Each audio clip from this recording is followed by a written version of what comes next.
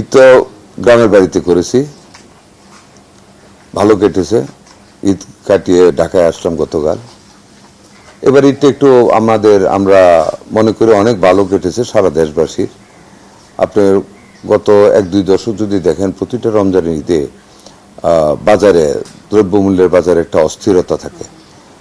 I think you will admit যে এবার বাজারে অস্থিরতা অনেকটা কম ছিল। ঢাকা শহরে as compare to the earlier stages আমাদের আইনশৃঙ্খলা পরিস্থিতি অনেকটা বেটার ছিল। রাস্তাঘাটের অ্যাক্সিডেন্টটা কম ছিল, তবে আনফর্চুনেটলি ঈদের দিন রাতের কয়েকটা অ্যাক্সিডেন্ট হয়েছে। আমাদের দেশের ইস্ট পূর্বাঞ্চলে রেলের একটা অ্যাক্সিডেন্ট হয়েছে, মাছের গাড়ির একটা অ্যাক্সিডেন্ট হয়েছে, বান্দরবনে অ্যাক্সিডেন্ট হয়েছে, এতে একটা ক্যাজুয়ালিটিস হয়েছে।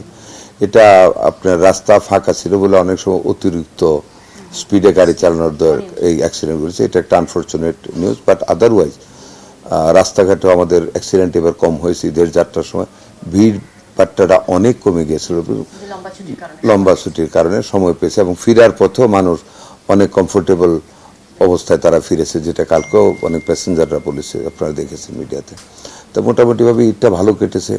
তবে মশার কথা বলেছেন, মশাকে দমন করার জন্য আমাদের 2টা সিটি কর্পোরেশনে স্প্রেইং এর কাজ করতেছে। হয়তোবা লেকিংস কোনো জায়গায় আছে, যেটা আপনারা এখন বললেন মগবাজার দিল রোডের দিকে। এটা আমরা আজকে খবর নেব, ডিএনসিসির সাথে যোগাযোগ করব, স্থানীয় সুরক্ষা মন্ত্রণালয়ের সাথে যোগাযোগ করে এটা আরও যাতে ব্যাপক হারে করা যায়, এটা আমরা চেষ্টা করব।